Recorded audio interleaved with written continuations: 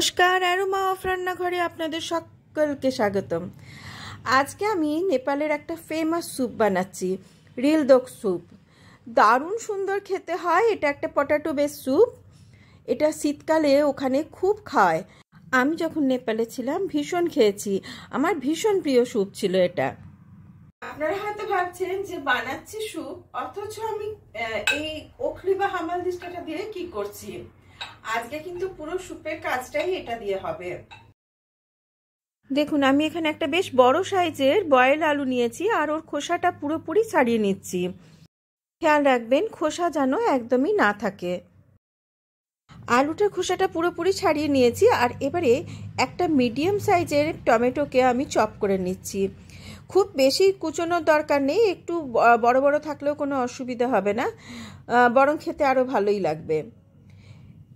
সামান্য একটুখানি ধনেপাতা রেখেছি, দেখুন ওটাও কেটে নিচ্ছি। একদম ছোট ছোট করে কুচিয়ে নিচ্ছি।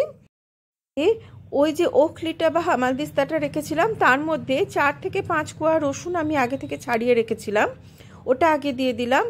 আর 1.5 এখানে আমি রেড চিলি নিয়েছি বা শুকনো লঙ্কা নিয়েছি, সেটা দিয়ে দিলাম। আর 6 থেকে 7টা আমি এখানে গোলমরিচ দিলাম। এবার এই হামালদিস্তাটাতে এটাকে ছেঁচতে হবে।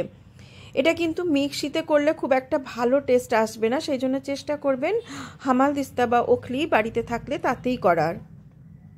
বাটা মশলা অথবা কোটা মশলায় যে একটা অদ্ভুত সুন্দর অ্যারোমা বেরোয়, সেটা কিন্তু সত্যি সত্যি মিক্সিতে পিষলে পরে হয় না। দেখুন আমার ছেঁচা হয়ে গেছে, এটাকে একটা জায়গায় আমি তুলে নিচ্ছি। এটাকে আমি একটা সাইডে এতে তুলে রেখে দিচ্ছি।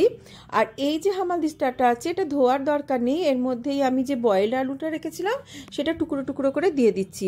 আর এই আলুটাকে না এবারে খুব ভালো করে কুটতে হবে। কেন কুটতে হবে সেটা একটু পরে দেখলেই বুঝতে পারবেন, আমি দেখাচ্ছি। দেখুন, কারণ হচ্ছে এই আলুটা যত ভালোভাবে এভাবে কোটা হবে বা ছেঁচা হবে তত ভালো এই আলুটা ক্রিমি একটা টেক্সচারে পরিণত হবে। একদম একটা স্মুথ আর ক্রিমি টেক্সচার চাই, যাতে এই আলুটা না একটা আঠায় পরিণত হয়ে যাবে। দেখুন একটা অনেকক্ষণ ধরে করছি আমি, প্রায় 10 মিনিট হয়ে গেছে। দেখুন এরকম কীরকম একটা আঠালো টাইপের হয়ে গেছে।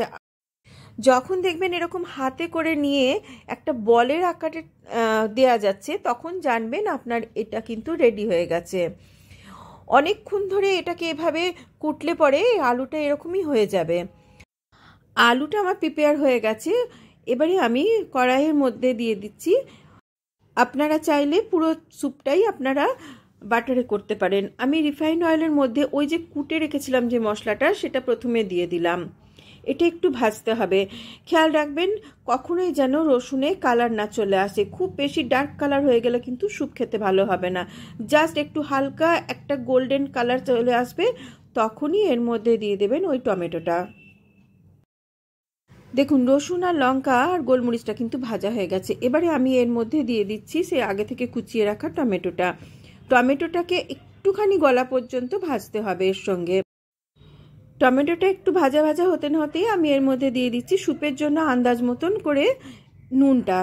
স্বাদ অনুযায়ী দেবেন, খুব বেশি নুন হয়ে গেলেও কিন্তু এই স্যুপটা খেতে ভালো লাগবে না। নুন দিয়ে ভালো করে ভাজবেন টমেটোটা, দেখবেন তাড়াতাড়ি ভাজা হয়ে যাবে। আর এবার সামান্য অল্প একটুখানি হলুদ দিয়ে দিচ্ছি, জাস্ট ফর কালার, খুব বেশি হলুদ দেবেন না। এবার এই হলুদটা মেশানোর পরেও কিন্তু একটু ভালোভাবে ভেজে নিতে হবে। দেখুন আমার ভাজা হয়ে গেছে, বেশ ভালোভাবে আমি ভেজে নিয়েছি মশলাটাকে। এবারে এর মধ্যে মিশিয়ে দিচ্ছি আমি 1 গ্লাস আর অল্প আর একটুখানি জল, কেননা এটা একটু ফুটবে, জলটা একটুখানি কমে আসবে। যখন দেখবেন এটা খুব ভালোভাবে ফুটে গেছে, পুরো বয়েল চলে এসেছে এতে, তখন ওই যে পটাটোটা আমি তৈরি করলাম যে আলুটা, এই গ্যাসটাকে এবার একদম কমিয়ে দেবেন। এবার ওই আলুটা ছোট ছোট করে বলের আকারে তৈরি করে এর মধ্যে দিয়ে দিন। চিন্তা নেই, এটা ভাঙবে না, এটা এরকমই থেকে যাবে। যার জন্যই অতটা মেহনত করা, যে অতক্ষণ ধরে এটাকে কোটা হয়েছে না, এটা একটা স্মুথ টেক্সচার হয়ে গেছে আলুটার, আর একটু আঠালো টাইপের হয়ে গেছে। আর এই আলুর থেকে যে স্টার্চটা বেরোবে সেটাতে এই স্যুপটাকে কিন্তু একটু ঘন করে দেবে। সেই জন্য আলাদা করে কোনো ওই কর্নফ্লোর বা ওই জাতীয় কোনো জিনিস এতে মেশানোর দরকার নেই।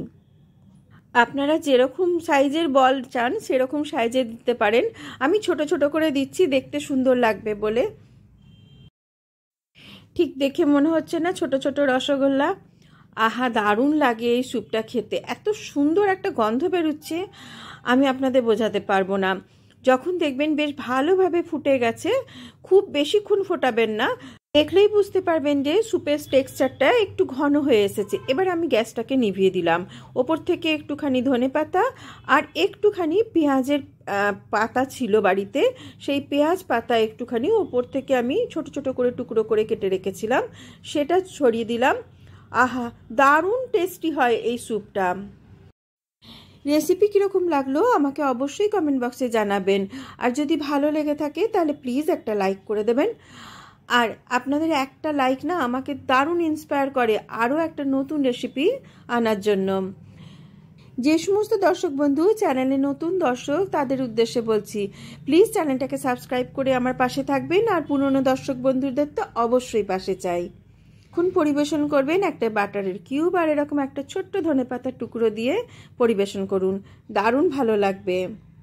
সবাই খুব ভালো থাকবেন আর সুস্থ থাকবেন। আবার দেখা হবে আরও একটা নতুন রেসিপি নিয়ে। Till then, bye by.